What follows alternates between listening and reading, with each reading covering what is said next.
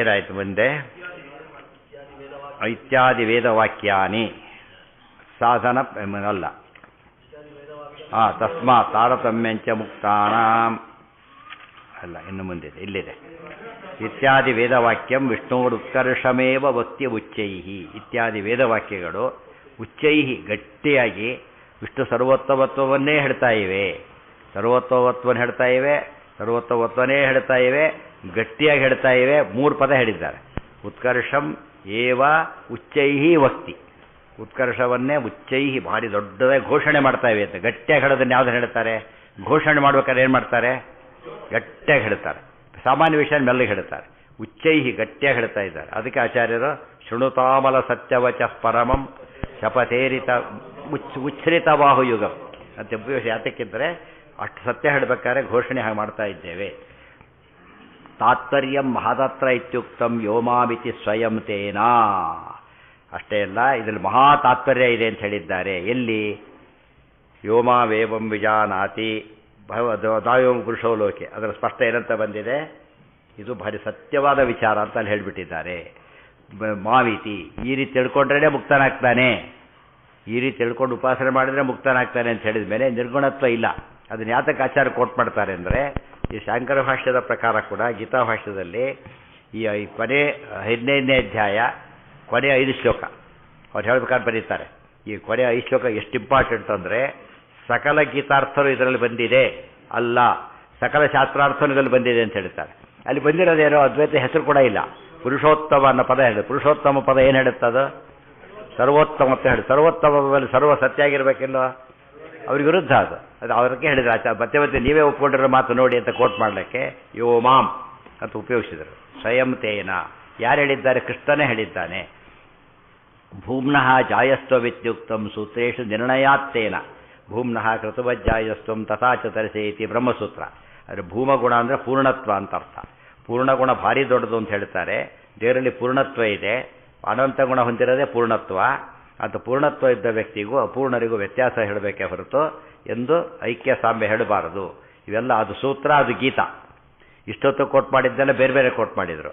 ಇದು ಸಂಬಂಧಿ ಕೊಡಬೇಕಾದ್ರೆ 2 ಕೋಟ್ ಮಾಡಿದರು, ಒಂದು ಗೀತಾ, ಒಂದು ಬ್ರಹ್ಮಸೂತ್ರ. ಗೀತಾ ನಿರ್ಣಯ ಶಾಸ್ತ್ರ ನಂಬರ್ 1, ಮಹಾಭಾರತದಲ್ಲೂ ಸಾರ.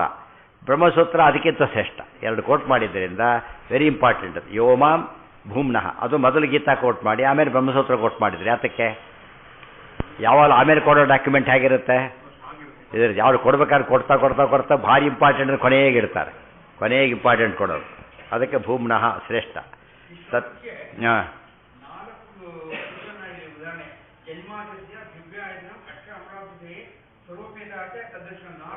ಹೌದು ಹೌದು, ಅದೆಷ್ಟು ಸೇರಿ ಬಂದಿದೆ. ತತ್ಪ್ರೀತ್ಯೈವ ಚ ಮೋಕ್ಷ ಪ್ರಾಪ್ಯ ತೇನೈವ ನಾನ್ಯೇನ. ಮೋಕ್ಷ ಸಿಗೋದು ಯಾರಿಂದ? ತತ್ಪ್ರೀತಿಯಿಂದನೇ. ಭಗವಂತನೆಲ್ಲ ಐಕ್ಯ ಚಿಂತನೆ ಮಾಡೋದ್ರಿಂದ ಮೋಕ್ಷ ಬರೋದಿಲ್ಲ. ಏನು ಮಾಡಬೇಕು? ಪ್ರೀತಿ ಸಂಪಾದನೆ ಮಾಡಬೇಕು. ಗೊತ್ತಾಯ್ತಾ? ತತ್ಪ್ರೀತ್ಯೈವ ಚ ಮೋಕ್ಷಸ್ಯ, ಪರಮಾತ್ಮನ ಅನುಗ್ರಹದಿಂದನೇ ಮೋಕ್ಷ ಆಗುತ್ತೆ. ಪ್ರಾಪ್ಯ ತೇನೈವ ನಾನ್ಯೇನ, ಮತ್ತು ಅವರಿಗೆ ಮಾತ್ರ ಮೋಕ್ಷ ಬಂದೇ ಬರುತ್ತೆ, ಬೇರೆಯವರಿಗೆ ಬರೋದೇ ಇಲ್ಲ. 2 ಬೇರೆಯವರಿಗೂ ಬರುತ್ತೆ ಇನ್ನೊಂದು ಕಡೆ ಅಂದರೆ ಇದೊಂದು ದಾರಿ ಅದೊಂದು ದಾರಿ ಆಗಿಬಿಡೋದು. ಬೇಸಿಯವರಿಗೆ ಕೆಲಸ ಸಿಗುತ್ತೆ, ಬೇಯವ್ರಿಗೆ ಕೆಲಸ ಸಿಗುತ್ತೆ, ತಪ್ಪೇನಿಲ್ಲ. ಇದಕ್ಕೆ ಮಾತ್ರ ಸಿಗುತ್ತೆ ಅಂದರೆ ಏನರ್ಥ ಆಗ? ಬೇರೆ ದಾರಿ ಇಲ್ಲ. ನಾಣ್ಯ ಪಂಥ ಅಯನಾಯ ವಿದ್ಯತೆ. ತತ್ಪ್ರೀತ್ಯೈವ ಚ ಮೋಕ್ಷ ಪ್ರಾಪ್ಯ. ಎಲ್ಲಿ ತೇನ ಲಭ್ಯ. ತತ್ಪ್ರೀತಿ ಅಂತ ಹೇಳಿದ್ರಿಂದ ಪ್ರೀತಿ ಯಾವಾಗ ಬರುತ್ತೆ? ಭಕ್ತಿ ಮಾಡಿದಾಗ. ಇದು ಭಕ್ತಿಗೆ ಏನಿರಬೇಕು? ಮಹಾತ್ಮ ಜ್ಞಾನ ಬೇಕು, ಗುಣ ಇರಬೇಕಲ್ಲಿ. ಮತ್ತೆ ವಾಪಸ್ ಹೋಗುತ್ತಾರೆ. ಗುಣಪೂರ್ಣತ್ವನೇ ಎಂಡಾಗೋದು. ಯಾವ ಕಡೆಯಿಂದ ನೋಡಿದರೂ ಕೂಡ ಗುಣಪೂರ್ಣತ್ವ ಒಪ್ಪಿದರೆ ಮಾತ್ರ ಶಾಸ್ತ್ರಕ್ಕೆ ಸಾರ್ಥಕ್ಕೆ, ಇಲ್ಲದವ್ರು ಇಲ್ವೇ ಇಲ್ಲ. ಇಷ್ಟು ಹೇಳಿ ಇನ್ನೂ ಕೆಲವೊಂದು ವಾಕ್ಯ ಕೋಟ್ ಮಾಡ್ತಾರೆ.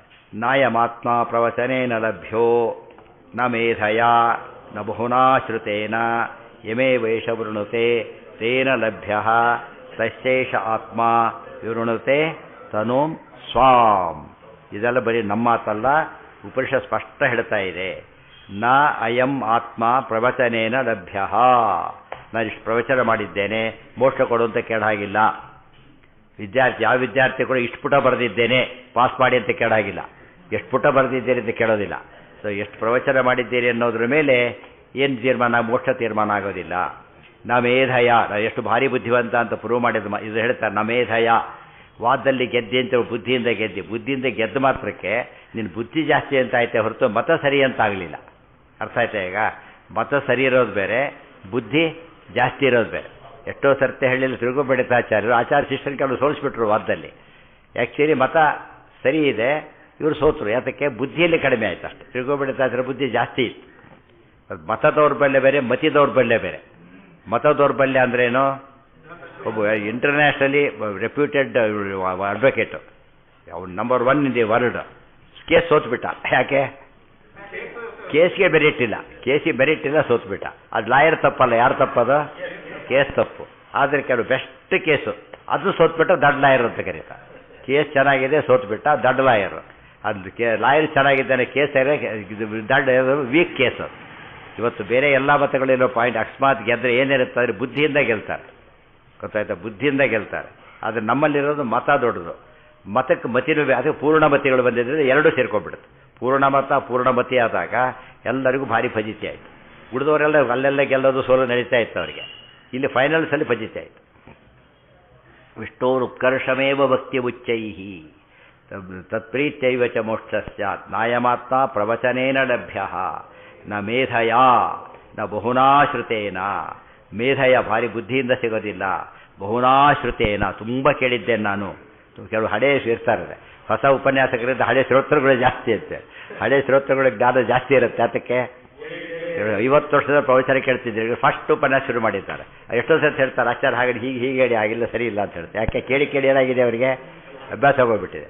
ಅದಕ್ಕೆ ತುಂಬ ಎಕ್ಸ್ಪರ್ಟ್ಸ್ ಇದ್ದಾಗ ಹೊಸವರು ಪ್ರವೇಶ ಮಾಡೋದು ಕಷ್ಟ. ಮಾಡಿ ಎಷ್ಟೋ ಬಯಸ್ಕೊಂಡು ಬಂದವರು ಇದ್ದಾರೆ, ಯಾರು ಸರಿ ಓದಿಲ್ಲ, ಸರಿಯಾಗಿ ಓದ್ಕೊಂಡ್ಬನ್ನಿ ಅಂತ ಹೇಳ್ಬಿಟ್ಟು. ಅದು ಬಹುಶ್ರುತರು ಅಂತ ಹೆಸರು ಅವರಿಗೆ, ಬಹುಶ್ರುತರು. ಇದರಿಂದ ಕೇಳಿ ಕೇಳಿ ಕೇಳಿ ಏನಾಗುತ್ತೆ ನಮಗೆ ಅದು ಜ್ಞಾನ ಬರುತ್ತೆ. ಬಟ್ ಅದು ಕೂಡ ಕೌಂಟ್ ಆಗಲ್ಲ. ಹೆಚ್ಚು ಕೇಳಿದ್ದೇನೆ ಎಂಬುದು ಕೌಂಟ್ ಆಗೋದಿಲ್ಲ. ನಾವು ಎಷ್ಟೇ ವರ್ಷ ಏನ್ರಿ 5ನೇ ಅಟೆಂಪ್ಟಿಗೂ ಫೇಲ್ ಮಾಡ್ತೀರಲ್ಲ, ಏನು ಮಾಡಬೇಕು ಅಂತ ಕೇಳಿದರೆ ಇಷ್ಟು ಅಟೆಂಪ್ಟಿಗೆ ಪಾಸ್ ಮಾಡಲೇಬೇಕು ಅಂತ ನಿಯಮ ಇದೆಯಾ? ಹಾಗಿದ್ರೆ ಎಲ್ಲರೂ ಅಟೆಂಪ್ಟ್ ಮಾಡ್ತಾ ಕೊಡ್ತಾಯಿದ್ರು. ಇಷ್ಟೇ ಅಟೆಂಪ್ಟ್ ಮಾಡಿ ಅಟೆಂಪ್ಟ್ ಕೋಟ್ ಮಾಡ್ತಾ ಕೊಡ್ತಾರೆ ಅಷ್ಟೇ. ಅಟೆಂಪ್ಟ್ ಕೌಂಟ್ ಆಗೋದಿಲ್ಲ, ನಂಬರ್ ಆಫ್ ಪೇಜಸ್ ಕೌಂಟ್ ಆಗೋದಿಲ್ಲ, ಮತ್ತು ಯಾವುದೋ ಒಂದು ಬುದ್ಧಿವಂತಿಗೆ ಸರ್ಟಿಫಿಕೇಟ್ ಕೌಂಟ್ ಆಗೋದಿಲ್ಲ. ಈ ಕರೆಕ್ಟ್ ಆನ್ಸರ್ ಬರೋದು ಕೌಂಟ್ ಆಗುತ್ತೆ ಅಷ್ಟೆ. ಅದನ್ನು ಹೇಳೋದಕ್ಕೆ ಬಹುನಾಶ್ರುತೇನ. ಅದು ಇನ್ನೊಂದು ಸ್ವಾರಸ್ಯ. ಬಹುನಾ ಅಂತ ಹೇಳಿದರೆ ಭಾರಿ ಗ್ರಂಥ ಓದಿದ್ದೇನೆ ಅಂತ ಹೇಳೋದು. ಎಲ್ಲ ಮತ ನನಗೆ ಗೊತ್ತು, ತೊಗೊಂಡೇನು ಉಪಯೋಗ? ಎಲ್ಲ ಮತ ಗೊತ್ತು ಅಷ್ಟೇ, ನಿರ್ಣಯ ಗೊತ್ತಿರಬೇಕಲ್ಲ. ಎಲ್ಲ ಮತ ಗೊತ್ತಿದ್ರೆ ರೈಟ್ ಅಂತ ಆಗೋದು, ನಿರ್ಣಯ ಹೇಳೋದ ಬಂದಾಗ ರೈಟ್ ಅಂತ ಆಗೋದು. ಬಹುನಾಶ್ರುತೇನ ವ್ಯವಸಾಯಾತ್ಮಿಕ ಬುದ್ಧಿ ಏಕೇಹ ಕುರುನಂದನ ಬಹುಶಾಖಾ ಶರಂತಾಶ್ಚ ಬುದ್ಧಯೋ ಅವ್ಯವಸಾಯಿನ ಯಮೇ ವೇಷ ವೃಣುತೆ ತೇನ ಲಭ್ಯ ತೈಶೇಷ ಆತ್ಮ ವಿರುಣುತೆ ತನು ಸ್ವಾಂ. ಇಷ್ಟೆಲ್ಲ ಮಾಡಿ ದೇವರು ವಿಟೋಪವರು. ಇಷ್ಟೆಲ್ಲ ಮಾಡಿ ದೇವ್ರೇನು ಹೇಳ್ಬೋದು? ನೀನು ಬೇಕಿಲ್ಲ, ನೀನು ಲೈಕ್ ಮಾಡಲ್ಲ, ಮುಗಿದೋದು ಮೋಕ್ಷ ಕೊಡೋದಿಲ್ಲ, ಆಗೋಯ್ತು. ದೇವರು ಒಪ್ಪಿದ್ರೆ ಮಾತು. ಎಷ್ಟೋ ಸರ್ತಿ ಏನಾಗುತ್ತೆ, ಎಲ್ಲ ಇದೆ ಮಾರ್ಕ್ಸ್ ಎಲ್ಲ ಕೂಡ. ಇಬ್ಬರು ಇನ್ನೂರು ಯಾರು ಗೆಲ್ತಾರೆ ಗೊತ್ತಿಲ್ಲ. ಅವನು ನೀನು ಯಾರು ಸೆಲೆಕ್ಟೆಡ್ ಅಂದ್ಬಿಡ್ತಾರೆ, ಉಳಿದವ್ರು ಸೆಲೆಕ್ಟ್ ಮಾಡಲಿಲ್ಲ. ಇವ್ರು ಕೇಳಾಗಿಲ್ಲ ಅವನು. ಯಾತಕ್ಕೆ? ಅವ್ನು ರೈಟ್ ಇದೆ. ಈಗ ಕೊನೆ ಫೈನಲ್ ಅವನು ರೈಟ್ ಇದೆ. ನನ್ನ ಕಂಪ್ನಿ ನಾನು ತೊಗೊಳ್ಳೋನು, ನೀನಲ್ಲ, ನನ್ನ ಇಷ್ಟ. ಐ ಲೈಕ್ ಹಿಮ್, ತೊಗೊಳ್ತಿದ್ದೆ ಅಷ್ಟೇ, ಏನು ಮಾತಾಡೋಕ್ಕೆ ಬರೋದಿಲ್ಲ. ಅದು ಕೊನೆ ಮಾತು ಬಂದಿದೆ. ದೇವರು ಕೊನೆ ವಿಟೋಪ ಅವರು ದೇವ್ರ ಹತ್ತಿದೆ. ಯಮಯೇಷ ವೃಣತೆ ತೇನ ಲಭ್ಯ. ಯಾರಿಗೆ ತಾನು ಒಲಿತಾನೋ, ಯಾರನ್ನು ಆರಿಸ್ಕೋತಾನೋ ಅವರು ಸಿಗ್ತಾರೆ ಹೊರತು ಬೇರೆಯವರಿಗೆ ಎಂದೂ ದೇವರು ಸಿಗೋದಿಲ್ಲ. ಸಶೇಷಾತ್ಮ ವಿರುಣತೆ ತನು ಸ್ವಾಂ.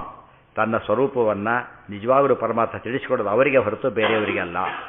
ಅವರಿಗೆ ಮಾತ್ರ ತಿಳಿಸ್ತಾನೆ, ಬೇರೆಯವರಿಗಲ್ಲ. ಒಂದೇ ಪದಾರ್ಥ 4-5 ಜನ ಬಂದುಬಿಡ್ತಾರೆ, ನಂಬಬೇಕು ಅಂತ ಹೇಳ್ತಾರೆ. ಏನು ಮಾಡ್ತಾನೆ ಇವನು? ಫುಲ್ ಇವನ್ ಚಾಯ್ಸ್. ಈಗ ಇವ್ರಿಗೆ ಕೊಡ್ತೀನಿ, ನಿಮಗೆ ಕೊಡೋದು ಇವ್ರಿಗೆ ಕೊಡ್ತೀನಿ ಅಂತಾನೆ. ಯಾಕೆ ಅಂತ ಕೇಳಾಗಿಲ್ಲ. ಇದೆಲ್ಲ ಬಂದಿದ್ದಾರೆ, ನನ್ನಿಷ್ಟ, ಈಗ ನನ್ನಿಷ್ಟ. ಗೊತ್ತಾ? ನೀವು ಜಾಸ್ತಿ ಕೊಡ್ತೀರೋ ಕೊಡೋದಿಲ್ಲ, ನಿಮಗೆ ನಾನು ಕಡಿಮೆ ಕೊಟ್ಟರೆ ಅವರಿಗೆ ಕೊಡ್ತೀನಿ ನಾನು. ವಸ್ತು ನಂದೀಗ, ವಸ್ತು ನಂದಾದಾಗ ನಾನು ಫ್ರೀ ಕೊಡ್ತೀನಿ. ನೀವು ಎಷ್ಟು ಕೊಟ್ಟರು ಕೂಡ ಫ್ರೀ ಕೊಡ್ತೀನಿ. ಏನು ಮಾಡ್ತೀರಿ? ಈಗ ಯಾವ ಕೊಟ್ಟರು ಸ್ಟ್ಯಾಂಡ್ ಆಗೋಲ್ಲ. ಯಾಕೆ? ನನ್ನಿಷ್ಟ ಅದು. ಅಥವಾ ಈ ಸರ್ತಿ ಯಾರಿಗೂ ಕೊಡೋದೇ ಇಲ್ಲ, ಅದು ನಾನು ಒಳಗೆ ಇಟ್ಕೊಂಡ್ಬಿಡ್ತೀನಿ. ಹಾಗೆ ನಾನು ಎಕ್ಸ್ಪೆಕ್ಟ್ ಮಾಡಿ ಸಿಕ್ಕಿನ ಕೊಡೋದಿಲ್ಲ ಅಷ್ಟೇ. ಕೊಡಿ ಅಂತ ಯಾರು ಒತ್ತಾಯ ಮಾಡೋಂಗಿಲ್ಲ. ಪ್ರಾಪ್ಯಸ್ತೇನೈವ ನಾನೇನ ತಸ್ಯೇ ವಿರುಣತೆ ತನು ಸ್ವಾಂ. ಅದರಿಂದ ದೇವರನ್ನ ಯಾರು ಕೂಡ ಏನು ಮಾಡೋಕ್ಕೆ ಬರೋದಿಲ್ಲ, ಜೋರು ಮಾಡೋಕ್ಕೆ ಬರೋದಿಲ್ಲ. ಒಲಿಲೇಬೇಕು, ನೀನು ಒಲಿಲೇಬೇಕು ಅಂತ ಆಯ್ತಾ ಇಲ್ಲ, ತಲೆ ಹೊಡ್ಕೊ ಅಂತ ಹೇಳ್ತಾ ಅಷ್ಟೇ ಹೊರತು ನೀವು ಒಲಿಲೇಬೇಕು ಅಂತ ಹೇಳಕ್ಕೆ ಬರೋದಿಲ್ಲ. ವಿಷ್ಣು ಅಂದರೆ ಬೆದರಿಸಿ ಹೆದರಿಸಿ ತೊಗೊಳಕ್ಕೆ ಸಾಧ್ಯ ಇಲ್ಲ. ಅದು ಕೃಷ್ಣನ್ ಕಟ್ಟಾಕ್ಲಕ್ಕೆ ಹೋದ್ನಲ್ಲ, ಅದೇ ತಂತ್ರ ಅದು. ದುರ್ಯೋಧನ ಏನು ಮಾಡೋದ? ಕಟ್ಟಿಬಿಟ್ಟು ಸರೆಂಡರ್ ಆಗ್ತಾರೆ ಅಂತ ತಿಳ್ಕೊಂಡು ಆಗಿದ್ದೇನೋ, ತನ್ನ ಏನು ಕಾಳದಂತೆ ಮಾಡಿಬಿಟ್ಟ ಕೃಷ್ಣ. ಸರೆಂಡರ್. ಅದು ದುಷ್ಟ ಅಂತ ಇದು. ಯಮೇ ವೇಷ ತೇನ ಲಭ್ಯ. ಕುಂತಿ ಒಬ್ಬ ಹೆಂಗಸು. ದುರ್ಯೋಧನ ಸಭೆಗೆ ಹೋಗಿದ್ದ ಕೃಷ್ಣ, ಕಟ್ಟಕ್ಕೆ ಹೋರು ಸಿಗಲಿಲ್ಲ. ಕುಂತಿ ಕೃಷ್ಣ ಮಾತಾಡ್ಸಕ್ಕೆ ಹೋಗ್ತಾನೆ. ನನ್ನ ಚೆನ್ನಾಗಿದ್ಯಾ ಕುಂತಿ? ಇದು ನೋಡಿ, ಯಾಕೆ ಎಮೆ ನೋಡಿ ತೇನ ಲಭ್ಯ, ಕುಂತಿ ಭಕ್ತಳು ಹುಡ್ಕೊಂಡು ಹೋದ, ಮನೆಗೆ ಹೋಗಿ ಮಾತಾಡಿಸ್ದ, ಇಲ್ಲಿ ಸಭೆಯಲ್ಲಿ ಕಟ್ಲಕ್ಕೆ ಬಂದರೂ ಸಿಗಲಿಲ್ಲ. ಎಷ್ಟು ಡಿಫರೆನ್ಸ್ ಇದೆ, ಅದ್ರ ಅಪ್ರೋಚ್ ಎಷ್ಟು ಡಿಫರೆನ್ಸ್ ಇದೆ ಅಂತ ಗೊತ್ತಾದರೆ ಅದಕ್ಕೆ ಶಿಕಾರ ಹಿಡಿತು. ನಾವು ಹಠದಿಂದ ಸಾಸಕ್ಕೆ ಬರೋದಿಲ್ಲ, ವಿದ್ಯಾಬಲದಿಂದ ಗೆಲ್ಲಕ್ಕೆ ಬರೋದಿಲ್ಲ. ಪರಂ ಶ್ರೀಮತ್ ಪೂರ್ಣ ಪ್ರಮತಿ ಗುರು ಕಾರುಣ್ಯ ಸರಣಿಂ ಪ್ರಪನ್ನಾಹ. ಅನುಗ್ರಹ ಮಾಡಬೇಕು ಆಗಬೇಕೇ ಹೊರತು ಒತ್ತಾಯದಿಂದ ಮಾಡಿದ್ರೆ ಇವತ್ತಿಗೂ ಕೋರ್ಟಲ್ಲಿ ಇಲ್ಲೋದೇ ಇಲ್ಲ. ಬಲಾತ್ಕಾರ ತಗೊಂಡಿದ್ದಾನೆ, ಸ್ಟ್ಯಾಂಡ್ ಆಗೋದಿಲ್ಲ, ಹೋಗಿಬಿಡುತ್ತೆ. ಅವರಾಗಿ ಬೆಚ್ಚಿ ಬಂದಿದ್ದಾರೆ, ಮತ್ತೆ ಮಾತಾಡಕ್ಕೆ ಬರೋದಿಲ್ಲ. ಏನು ಹಾಂ ಯಾರು? ಹೌದು ಹೌದು ಹೌದು ಹೌದು ಹೌದು. ಅದೇ ರೀತಿ ಇನ್ನೊಂದು ತಗೊಳ್ಬೇಕಾರೆ ಭೃಗುಬಲಿಗಳು ಒದ್ದೆ ಬಿಟ್ಟರು, ದುರ್ಯೋಧನ ಒದ್ದಿಲ್ಲ ಕೃಷ್ಣನ, ಗೊತ್ತಾಯ್ತು. ಭೃಗುಗಳು ಒದ್ದೆ ಬಿಟ್ರು, ಅದು ಎಲ್ಲಿಗೆ ಹೋದ್ರು? ಅಂಥವ್ರಿಗೆ ಮೋಕ್ಷ ಅಲ್ಲ. ಅದೇ ನಿಮ್ಮ ಪ್ರಶ್ನೆ, ಅದೇ ಪ್ರಶ್ನೆನೇ. ಅವರಿಗೆ ಮೋಕ್ಷ ಕೊಡ್ತಾರೆ, ಇವರು ದುರ್ಯೋಧನ ಒದ್ದಿಲ್ಲ ಗಿದ್ದಿಲ್ಲ, ಆದರೂ ಅವ್ರಿಗೆ ಅನ್ನ ತುಂಬಿಸ್ಕೊಡ್ತಾರೆ. ಯಾತಕ್ಕೆ ಅಂದರೆ ಉದ್ದೇಶ ಬೇರೆ ಇದೆ. ಅಶ್ವತ್ಥಾಮರೆಲ್ಲ ಸ್ವಂತ ಬುದ್ಧಿಯಿಂದ ಬಂದಿಲ್ಲ, ದುರ್ಯೋಧನ ಇನ್ಸ್ಟಿಗೇಟ್ ಆಗಿದ್ದಾರೆ, ಗೊತ್ತಾಯ್ತಾ? ಅದಕ್ಕೆ ಬಂದಿದ್ದರಿಂದ ಅದಕ್ಕೆ ದೋಷ ಆಗಲಿಲ್ಲ. ಯಾರಿಗೆ ದುರ್ಯೋಧನದ ಏನದು? ಭೃಗುಮುನಿಗಳು ಕಾಲಿಲ್ಲಿ ಒದ್ದಿದ್ದಾರೆ, ದ್ವೇಷ ಇಲ್ಲ. ದುರ್ಯೋಧನ ಒದ್ದಿಲ್ಲ, ದ್ವೇಷ ಇದೆ. ಸೊ ಯಾವ್ದು ಕೊಂಟಾಯ್ತು ಈಗ? ಇವಾಗ ನಾವೇ ಬಸ್ಸಲ್ಲಿ ಹೋಗ್ತೀವಿ, ಯಾರ ಕಾಲು ತುಳಿದು ಬಿಡ್ತಾರೆ, ಜೋರಾಗಿ ತುಳಿದು ಬಿಡ್ತಾರೆ. ನಾವೇನು ಮಾಡ್ತೀವಿ ಇವಾಗ? ಅವನು ಸಾರಿ ಅಂತಾನೆ, ಡೋಂಟ್ ವರಿ ಅಂತ. ಡೋಂಟ್ ವರಿ ಹೇಳಲೇಬೇಕು ಅವಾಗ, ಯಾಕಂದ್ರೆ ನೋಡಿ ತುಳಿದಿಲ್ಲ ಅವನು. ಉದ್ದೇಶ ತುಳಿಯೋ ಉದ್ದೇಶ ಅವನಿಗಿಲ್ಲ. ಇನ್ನೊಬ್ಬರು ಹೇಳ್ತಾರೆ ಹೊಡೆದಿಲ್ಲ, ಇನ್ನು ಹೊಡೆದು ಬಿಡ್ತೀನಿ ಅಂತ ಹೊಡೆದೇ ಬಿಡ್ತಾರೆ. ಯಾತಕ್ಕೆ? ಅವ್ರ ಉದ್ದೇಶ ಹೊಡೆಯೋದಿದೆ. ಅವ್ರು ಹೊಡಿತೀನಿ ಅಂದಿದ್ದಕ್ಕೆ ಇವ್ರು ತಿರುಗಿ ಹೊಡಿತಾರೆ. ಅವನು ತುಳಿದ್ರು ಏನೋ ಮಾಡೋದಿಲ್ಲ, ಯಾಕೆಂದರೆ ಇಂಟೆನ್ಷನ್ ಇಲ್ಲ ಅಲ್ಲಿ. ಸೊ ಆಕ್ಸಿಡೆಂಟಿಗೂ ನಾವು ಮರ್ಡರಿಗೂ ವ್ಯತ್ಯಾಸ ಇದೆಯಲ್ಲ ಹಾಗೆ. ಸೊ ಇವರು ಮಾಡಿದ್ದು ಆಕ್ಸಿಡೆಂಟಲ್, ಯಾರು ಅಶ್ವತ್ಥಾಮಾಚಾರ್ಯ ಮಾಡಿದ್ದಾರೆ ಆಕ್ಸಿಡೆಂಟಲ್ ಡಿಫೆಕ್ಟ್ಸ್ ಅವೆಲ್ಲ. ದುರ್ಯೋಧನ ಮಾಡಿದ ಇಂಟೆನ್ಷನಲ್ ಅದು. ಅವ್ರು ಎಲ್ಲ ಅವನ ಮಾತು ಹೇಳ್ಬಿಡ್ತಾನೆ ದುರ್ಯೋಧನ, ಸ್ಪಷ್ಟ ಹೇಳ್ಬಿಡ್ತಾರೆ. ಅವನು ಕಾಲು ಒಲ್ಲಕ್ಕೂ ತಯಾರೇ, ಒಲ್ಲಕ್ಕೂ ಎಲ್ಲದಕ್ಕೂ ತಯಾರವನು. ಯಾಕೆ ಮಾಡಲಿಲ್ಲ ಅಂದರೆ ತಾನೇ ಹೇಳ್ತಾರೆ. ಹೋಗ್ತಾ ತಯಾರು ಮಾಡ್ತಾರೆ, ಆಚಾರ್ಯ ಕೋಟ್ ಮಾಡ್ತಾರೆ ಮಹಾಭಾರತದ ವಾಕ್ಯನ. ನಾನು ಶಾಸ್ತ್ರೀಯ ಸಭಾಮಂಟಪದಲ್ಲಿ ಕೃಷ್ಣಗೆ ಅಗ್ರಪೂಜೆ ಆಯ್ತಲ್ಲ, ನಂಗೆ ಸಹಿಸ್ಲಿಕ್ಕಾಗಲಿಲ್ಲ. ಭಾರಿ ಸಿಟ್ಟು ಬಂತು ನನಗೆ, ತಡಿಬೇಕು ಅಂತ ಅನಿಸ್ತು ನನಗೆ, ನಿಲ್ಲಿಸ್ಬೇಕು ಅಂತ ಅಂದ್ಕೊಂಡೆ. ಆದರೆ ಯಾಕೆ ಮಾಡಲಿಲ್ಲ ಗೊತ್ತಾ? ಆ ಶಿಶುಪಾಲಿಗೆ ಆಯ್ತಲ್ಲ ಗತಿ, ಅದು ನನಗಾದ್ರೆ ಕಷ್ಟ ಆಗಿಬಿಟ್ಟೆ ಅಂತ ಹೇಳ್ತಾರೆ. ಗೊತ್ತಾಯ್ತಾ? ಇದೇ ಮಾತು. ಘಾತೇಯಂ ವೃಕೋದರಂ ಅಗ್ರಪೂಜಾಂಚ ಕೃಷ್ಣಸ್ಯ ವಿಲುಂಪೇಯಂ ನ ಸಂಶಯ. ಆದರೆ ಅದನ್ನು ಕೈಲಿ ಆಗೋದಿಲ್ಲ. ಅದಕ್ಕೆ ಬಿಟ್ಟನೆ ಹೊರತು ಇಂಟೆನ್ಷನ್ ಅವನಿಗಿದೆ. ಇವತ್ತು ಎಷ್ಟೋ ಜನ ಕದಿಬೇಕು ಅಂತಿರುತ್ತೆ, ಕದಿಯೋದಿಲ್ಲ, ಸಿಕ್ಕರೆ ಕಷ್ಟ ಅಂತ ಬಿಟ್ಟಿರ್ತಾರೆ. ಕೆಲವು ಸಿಕ್ಕರು ಪರವಾಗಿಲ್ಲ ಅಂತ ಕದೀತಾರೆ. ಅದಕ್ಕೆ ಬೇರೆ ಅದಕ್ಕೆ ಕಳತನ ಮಾಡೋಕ್ಕೆ ಧೈರ್ಯ ಬೇಕು ಅಂತಾರಲ್ಲ ಹಾಗೆ. ಬಟ್ ಅದು ಕೌಂಟ್ ಆಗೋದಿಲ್ಲ. ಅದಕ್ಕೆ ಒಂದು ಮಾತು ಹೇಳ್ತಾರೆ, ಎಲ್ಲರೂ ಎಲ್ಲಿವರೆಗೂ ಪ್ರಾಮಾಣಿಕರು ಅಂದರೆ ಜನ ನೋಡ್ತಾರೆ, ಹಿಡಿತಾರೆ ಎಂಬ ದೃಷ್ಟಿಯಿಂದ. ಅದು ಬಿಟ್ಟು ನಾನು ಏನು ಮಾಡಿದ್ರು ತಪ್ಪೇ ಮಾಡೋದಿಲ್ಲ, ಅದು ನಿಜವಾದ ಗುಣ. ಇದು ಫೋರ್ಸ್, ಇದು ಬೈ ಫೋರ್ಸ್ ಆಗಿರೋದು ಅಷ್ಟೇ ಹೊರತು ನಮಗದು ನಿಜವಾದ ಗುಣ ಅಂತ ಹೇಳ್ಕೊಳ್ಳೋಕೆ ನಮಗೆ ಸಾಧ್ಯ ಆಗೋದಿಲ್ಲ. ನಿಜವಾದ ಹೇಳ್ಬೇಕಾದ್ರೆ ಸಾಯರ್ ಫ್ರೀ ಬಂದು ಬಿಸಾಕಿದ್ರು ತೊಗೊಳೋದಿಲ್ಲ. ರಾಯರು ಹಾಗಿದ್ದಾರಲ್ಲ, ಅದಕ್ಕೆ ಅವ್ರು ಅಷ್ಟು ಮೇಲೆ ಬಂದರು. ಸತ್ಯಧರ್ಮ ರಸಾಯಚ ಎಕ್ಸಾಂಪಲ್ ಅವರು. ಆ ರೀತಿ ಇದ್ದರೆ ಗುಣ ಅಂತ ಕರೀತಾರೆ. ಇದು ಗುಣ ಅಂತ ಕರೆಯೋದಿಲ್ಲ, ಏನಂತ ಕರೀತಾರೆ? ಅನಿವಾರ್ಯವಾಗಿದ್ದಾರಷ್ಟೇ. ಅನಿವಾರ್ಯವಾಗಿ ರೂಲ್ಸ್ ಫಾಲೋ ಮಾಡಿದರೆ ಅದು ವರ್ಚು ಅಂತ ಕರೆಯೋದಿಲ್ಲ. ಅದಕ್ಕೆ ದೇವ್ರಿಗೆ ಗೊತ್ತು, ಯಾವುದು ನ್ಯಾಚುರಲ್ ನಮಗೆಲ್ಲ ಗೊತ್ತಾಗಲ್ಲ, ಮೋಸ ಹೋಗ್ತೇವೆ. ದೇವರು ಎಂದೂ ಗೊತ್ತಾಗಲ್ಲ. ಮೋಸ ಗುಣಪೂರ್ಣನಾದ್ದರಿಂದ, ದೋಷ ದೂರನಾದ್ದರಿಂದ ಗುಣಗಳನ್ನು ಗುರುತಿಸಿ ಅನುಗ್ರಹ ಮಾಡೇ ಮಾಡ್ತಾನೆ. ವಿಷ್ಣುರ್ಹಿತಾತ ಮೋಕ್ಷಸ್ಯ ವಾಯುಶ್ಚ ತದನುಜ್ಞೆಯ ಮೋಕ್ಷೋ ಜ್ಞಾನಂಚ ಕ್ರಮಶಃ ಮುಕ್ತಿಗೋ ಭೋಗ ಏವಚ ಉತ್ತರೇಶಾಂ ಪ್ರಸಾದೇನ. ಎಷ್ಟು ಇಂಪಾರ್ಟೆಂಟ್ ಇವಿಷ್ಟು ನೆನ್ಪಿಟ್ಕೊಂಡ್ಬಿಟ್ರೆ, ಮೊದಲೇ ಅಧ್ಯಾಯ ಒಂದು ಸಾಕು, ಸರಿಯಾಗಿ ಓದಿಬಿಟ್ರೆ ಸಾಧನೆಯ ಬಗ್ಗೆ ಎಲ್ಲ ಹೇಳ್ಬಿಡ್ತಾರೆ ಆಚಾರ್ಯ. ವಿಷ್ಣು ಮೋಕ್ಷ ಕೊಡೋದು ಯಾರು? ವಿಷ್ಣುರ್ಹಿತಾತ ಮೋಕ್ಷಸ್ಯ, ಮೋಕ್ಷದ ದಾತ ವಿಷ್ಣುವೇ. ಹಿ ಅಂದರೆ ವೆಲ್ ಪ್ರೂವ್ಡ್, ಬೇರೆ ದಾರಿನೇ ಇಲ್ಲ, ವಿಷ್ಣುವೇ ಮೋಕ್ಷ ಕೊಡೋರು. ವಾಯುದೇವರು ಕೊಡ್ತಾರೆ ಅಂತ ಎಲ್ಲಾರು ಬಂದಿದ್ದರೆ ತದನುಜ್ಞೆಯ. ತದನುಜ್ಞೆಯ ಅಂದರೆ ಅದು ಸೆಕೆಂಡರಿ ಆಯ್ತು. ಈಗಾಗಲೇ ಎಲ್ಲ ಮಾಡ್ತೇನೆ, subject to the approval of the chief ಅಂದರೆ ಬೋಧೈತೆ ಅಷ್ಟೇ. ಬಟ್ ವಾಯುದೇವರು ಹೇಗಿದ್ದಾರೆ ಅಂದರೆ ಅಪ್ರೂವ್ ಮಾಡಿದ್ರೆ ಕೆಲಸ ಆಗೇ ಆಗುತ್ತೆ. ಸ್ಟಿಲ್ ದೇವರು ಒಪ್ಪಬೇಕದು. ನಾನು ಮಾಡೇ ಮಾಡ್ತೀನಿ ಅಂತ ಹೇಳಿದ್ರೆ ದೇವರು ಒಪ್ಪಿದರೆ ಮಾತ್ರ ಸಾಧ್ಯ. ಇದು ಮಹಾಲಕ್ಷ್ಮಿನೂ ಹಾಗೇನೆ, ಎಷ್ಟೇ ಮಾಡಿದ್ರೆ ಸೀರಿಯತ್ ಕಟಾಕ್ಷ ಬಲವತಿ ಕ್ಲಾಸ್ ತೆಗಿಲಕ್ಕೆ ಬರೋದಿಲ್ಲ, ಅದಿರಲೇಬೇಕು ಕೊನೆಗೆ. ಯಾರೂ ದೇವರು ಕೇಳೋದಿಲ್ಲ, ನಾನು ಒಪ್ಪಿದರೆ ಆಯ್ತು. ಇದು ಸ್ವತಂತ್ರ ಲಕ್ಷಣ. ಅವ್ರು ಅಸ್ವತಂತ್ರರು ಅಂತ ಹೇಳಿದ್ರೆ ಕೊನೆಗೆ ಒಂದು ಮಾತಲ್ಲಿ ನಿಂತೋಗೋದು. ಎಲ್ಲ ಮಾಡಿರ್ತಾರೆ, ನೋ ಅಂದ್ಬಿಡ್ತಾರೆ, ಮುಗಿದೋಯ್ತು ಅಷ್ಟೇ. ಎಷ್ಟೋ ಸರ್ತಿ ಆಫೀಸ್ಗಳು ಫೈಲ್ ಇರುತ್ತೆ, ಆ ಕ್ಲರ್ಕ್ ತಂದರೆ ಒಪ್ಪೋದಿಲ್ಲ ಅವನು. ಯಾರು ಹೇಳಿರ್ತಾರೆ ಈಗ ನಾನು ಹೇಳಿದ ತೊಗೊಂಡು ಬಂತಾನೆ ಅಷ್ಟೇ. ಅವನು ಏನೋ ಟ್ರೈ ಮಾಡೋಕ್ಕೆ ಹೋಗ್ತಾನೆ, ನಾನೀಗ ಹೇಳಿಲ್ಲ ಅದನ್ನು, ಹಾಗೆ ಬಿದ್ದಿರಲಿ. ಯಾರೋ ಆ್ಯಕ್ಷನ್ ತೊಗೋಬೇಕು, ಮೇಲಿಂದ ಕಳಿಸಿದ್ದಾರೆ, ತೊಗೊಳ್ಳಲ್ಲಿ ಅವನು ಬಿಟ್ಬಿಡ್ತಾನೆ. ಹಾಗೇನೆ ಏನೋ ಕಾರಣ ಹೇಳ್ತಿರ್ತಾನೆ, ತನ್ನ ಫ್ರೆಂಡ್ ಅವನು ಪ್ರೊಟೆಕ್ಟ್ ಮಾಡಿಬಿಡ್ತಾರೆ. ಇನ್ನೊಬ್ಬರದನ್ನು ಎಲ್ಲೋ ಬಿಟ್ಟಿದ್ದ ಅಂತ ಫಸ್ಟ್ ತೊಗೊಂಡು ಬಂತ ಕರೀತಾರೆ. ಯಾಕೆ ಅದು ಬೇಕು ಬೇಡ ಇಲ್ಲಿ ಗೊತ್ತಾ, ಇಷ್ಟೆಲ್ಲ ಏನೇ ಪಲ್ಟಿ ಹೊಡೆದ್ರು ಕೂಡ ಕೊನೆಗೆ ಏನು ಉಳಿಯುತ್ತೆ? 1,00,000 ಕೋಟ್ಯಂತರ ತಿಂದವನು ಪಾರಾಗಿಬಿಡ್ತಾರೆ. ಅದು 10 ರೂಪಾಯಿ ತೊಗೊಂಡ್ರೆ ಕೇಸ್ ಹಾಕಿ ಮಾಡಿ ಅವ್ನು ಮನೆ ಕಳಿಸ್ಬಿಡ್ತಾನೆ ಬಿಡೋದು. ಇವತ್ತಿಗೂ ಮನುಷ್ಯರಲ್ಲಿ ಆ ಒಂದು ನಡೆಯೋದು ನಾವು ನೋಡ್ತೇವೆ. ಇದು ದೇವರಲ್ಲಂತೂ ಹೇಳೋದಕ್ಕೆ ಸಾಧ್ಯ ಇಲ್ಲ. ಸ್ವತಂತ್ರ ಅನ್ಯಾಯ ಆಗೋದಿಲ್ಲ ಅನ್ನೋದು ಇಂಪಾರ್ಟೆಂಟ್ ಅಷ್ಟೆ. ಇಲ್ಲಿ ಅನ್ಯಾಯ ಆಗುತ್ತೆ, ಇಲ್ಲಿ ಆಗೋದಿಲ್ಲ. ಇನ್ನೊಂದು ಮಾತು ಹೇಳ್ತಾರೆ ಈಗ, ಮೋಕ್ಷೋ ಜ್ಞಾನಂಚ ಕ್ರಮಶಃ ಮುಕ್ತಿಗೋ ಭೋಗ ಏವ ಚ ಉತ್ತರೇಷಾಂ ಪ್ರಸಾದೇನ ನೀಚಾನಾಂ ನಾನ್ಯಥಾ ಭವೇ. ಎಷ್ಟು ಇಂಪಾರ್ಟೆಂಟ್ ಅಂದರೆ ಇದು. ನೀಚರು ಅಂದರೆ ಕೆಟ್ಟವರಲ್ಲ, ಕಡಿಮೆಯವರು ಅಂತ ಅರ್ಥ. ಕಡಿಮೆಯವರಿಗೆ ಮೋಕ್ಷವಾಗಬೇಕಾದ್ರೆ, ಜ್ಞಾನ ಆಗಬೇಕಾದ್ರೆ, ಮುಕ್ತಿಯಲ್ಲಿ ಕ್ರಮಶಃ ಭೋಗ ಆನಂದ ಉನ್ನಾಹ ಆಗಬೇಕಾದ್ರೆ ಏನಾಗಬೇಕು ನಮಗೆ ಅಂದರೆ, ಒಂದು ದೇವರ ಅನುಗ್ರಹ ಬೇಕು ಗೊತ್ತಾಗ್ಬಿಟ್ಟಿದೆ, ಯಾಕೆ ಮೋಕ್ಷ ಕೊಡ್ತಾನೆ. ವಾಯುದೇವರ ಅನುಗ್ರಹ ಬೇಕು ಗೊತ್ತಾಗಿದೆ, ಮೋಕ್ಷ ಕೊಡಿಸ್ತಾರೆ. ಅಷ್ಟೇ ಅಲ್ಲ, ಉತ್ತರೇಷಾಂ ಪ್ರಸಾದೇನ. ಉತ್ತರರು ಅಂದರೆ ಯಾರು? ಮೇಲು ಸೋತ್ತಮರೆಲ್ಲರೂ ಅನುಗ್ರಹ ಮಾಡಬೇಕು. ಇದು ತುಂಬ ಇಂಪಾರ್ಟೆಂಟ್. ಸೋತ್ತಮರ ಅನುಗ್ರಹ ಮಾಡದೆ ಹೋದರೆ ಯಾವ ಸ್ಟೇಜಲ್ಲಿ ಬೇಕಾದ್ರೆ ನಮ್ಮ ಸಾಧನೆ ಏನಾಗಬಹುದು? ನಿಂತು ಹೋಗುತ್ತೆ. ಅದಕ್ಕೆ ನಮ್ಮಲ್ಲಿ ಪರಂಪರೆಗೆ ಗೌರವ ಆ ಪದ್ಧತಿ ಬಂತು. ಇಲ್ಲದ್ರೆ ಪರಂಪರೆ ಬೇಕಾಗ್ತಿರಲಿಲ್ಲ. ಒಬ್ಬರು ಒಪ್ಪಿದ್ರೆ ಸಾಕಲ್ಲ. ಏನಿರಬೇಕದು? ಆಫೀಸ್ಗಳಲ್ಲೂ ಹಾಗೇನೆ. ಅವ್ರು ಮಿಸ್ಬಿಹೇವ್ ಸ್ಥಿತಿ ಕೊಲೀಗ್ಸ್ ಮೈನಸ್ ಪಾಯಿಂಟ್. ಅದು ನಮ್ಮ ಜೊತೆ ಸೇರಿದ್ದಾರೆ, ಕೊಲೀಗ್ ಜೊತೆ ಸರಿ ಇಲ್ಲ, ಏನು ಮಾಡ್ಬೋದಾಗೋದಕ್ಕೆ? ಅದು ಪನಿಷಬಲ್ ಅಫೆನ್ಸ್. ಅದು ಅದೇ ರೀತಿ ಕೊಲೀಗ್ಸ್ ಜೊತೆಗೆ ಹೇಗೆ ಆಫೀಸಲ್ಲಿ ಸರಿಗಿರಬೇಕು, ಯೋಗ್ಯರೆಲ್ಲ ಹೇಗೆ ವೈಷ್ಣವರಲ್ಲಿ ಏನಿರಬೇಕು ಒಂದು ಭಾವನೆ. ನಮಗೆಲ್ಲ ಆ ಭಾವನೆ ಇಲ್ಲೇ ಇಲ್ಲ ವೈಷ್ಣವ. ಅದಕ್ಕೆ ದೊಡ್ಡ ಜಗಳಗಳು, ಭಾರಿ ದೊಡ್ಡ ಜಗಳಗಳು. ನಮ್ಮ ಮಠದವರೆಲ್ಲ ಅಂದರೆ ಎಷ್ಟು ದೊಡ್ಡವರಾಗಿದ್ದು ಕೆಲಸಕ್ಕೆ ಬರೋದಿಲ್ಲ ಅವರು. ನಮ್ಮ ಮಠದವರಾಗ್ಬಿಟ್ರೆ ಬಾರಕ್ಕೊಂಡು ಮಾಫ್, ನಮ್ಮವನ ಮುಗಿದೋಯ್ತು ಕತೆ ಅಷ್ಟೇ. ಇವತ್ತಿಗೂ ಟ್ರೆಂಡ್ ಇದೆ. ನಿಮಗೆ ಆಶ್ಚರ್ಯ ಅಂದರೆ ಇವತ್ತಿಗೂ ಅದು ಡಾಮಿನೇಟ್ ಆಗಿದೆ. ಎಕ್ಸೆಪ್ಷನ್ಸ್ ಕೆಲವು ಇದ್ದಾರೆ ಪಾಪ, ಕೆಲವು ಸ್ವಾಮಿಗಳು ಭಾರಿ ಎಕ್ಸೆಪ್ಷನ್ಸ್, ಯಾವುದು ನೋಡೋಲ್ಲ. ಅದು 99% ಜನಕ್ಕೆ ಏನಿದೆ ಇವತ್ತು? ಮಠಾಧೀಶರು ಹಾಗೆ ಇರ್ತಾರೆ, ಶಿಷ್ಯರು ಹಾಗೆ ಇರ್ತಾರೆ. ಹಾಗಿರಬಾರ್ದು. ಹಾಗಿದ್ದುಬಿಟ್ಟು ಏನಾಗುತ್ತೆ ಅಲ್ಲಿಗೆ? ಜಗದ್ಗುರು ಅಂತ ಕರ್ಕೊಬಾರ್ದು. ಹಾಗಿದ್ರೆ ಏನು ಕರ್ಕೊಬಾರ್ದಾಗ? ಜಗದ್ಗುರು ಅಂತ ಕರ್ಕೊಂಡ್ಮೇಲೆ ಏನು ಮಾಡಬಾರ್ದು? ಪಾರ್ಷಿಯಲ್ ಆಗಿರಬಾರ್ದು. ಇಲ್ಲ, ನಾವು ಜಗದ್ಗುರು ಅಲ್ಲಪ್ಪ, ನಾವು ನಮ್ಮ ಕೋಮೆ ಅಷ್ಟು ಡಿಕ್ಲೇರ್ ಮಾಡ್ಕೊಬೇಡಿ ಸಾಕು. ಇಲ್ಲ, ಜಗದ್ಗುರುತ್ವ ಬೇಕು, ಎಲ್ಲರೂ ಬೇಡ. ಪ್ರಾವಿಡೆನ್ಸ್ ಬೋರ್ಡ್ ಹಾಕಿದ್ದಾರೆ. ಅವ್ರು ಕೇಳಿದಂತು ಸಾಮಾನು ಕೊಡಿ, ನಿಮಗೆ ಅವನಿಗೆ ಕೊಡ್ತೀನಿ ಏನಾಗಿಲ್ಲ. ಕೊಡೋದಾದರೆ ಇದು ಪಕ್ಷಪಾತ ಪ್ರಶ್ನೆ ಅಲ್ಲ. ಇದು ಕೊಡಬೇಕಾದ್ರೆ ನೀವು ಹೇಳಿದ್ದೀನಿ, ನಾವು ಮದ್ದು ಬಂದಿದ್ದೇನೆ ಕೊಡು, ಇಲ್ಲ ಅಂತ ಹೇಳಕ್ಕೆ ಬರೋದಿಲ್ಲ. ಫಾರ್ ರಿಲೇಟಿವ್ಸ್ ಓನ್ಲಿ ಹಾಕೋ, ನಾವು ಬರೋದಿಲ್ಲ ಆಗ. For relatives only provident stores ಅಂತ ಹಾಕೋ, ಅದು ಬಂದು ಲೈಸೆನ್ಸೇ ಕೊಡೋಲ್ಲ ಅದನ್ನ. ಆ ರೀತಿ ಇದ್ದಾಗ ಸ್ಟೋರ್ಸ್ ಓಪನ್ ಮಾಡೋಕ್ಕೆ ಅನುಮತಿನೇ ಕೊಡೋದಿಲ್ಲ. ಅರ್ಥ ಆಯ್ತಾ? ಇದು ನಮ್ಮ ಮಾಡೋ ತಪ್ಪೀಗ. ಸೋತ್ತಮರು ಯಾರೇ ಆಗಿದ್ದರೂ ಕೂಡ ಏನು ಮಾಡಬೇಕು? ಅದನ್ನ ಗೌರವಿಸಬೇಕು. ಅದು ಎಷ್ಟು ಇಂಪಾರ್ಟೆಂಟ್ ಅನ್ನೋದು ಗೊತ್ತಾಗುತ್ತೆ. ನಮ್ಮಲ್ಲಿ ಆ ಪದ್ಧತಿ ಬಂದಿಲ್ಲ. ಅದರಿಂದ ಸಮಾಜ ಏನಾಗ್ತಿದೆ ಬರ್ತಾ ಅಷ್ಟು ಸ್ಟ್ರಾಂಗ್ ಇರೋ ಸಮಾಜ ಭಾರಿ ವೀಕಾಗಿ ಕಾಣುತ್ತೆ.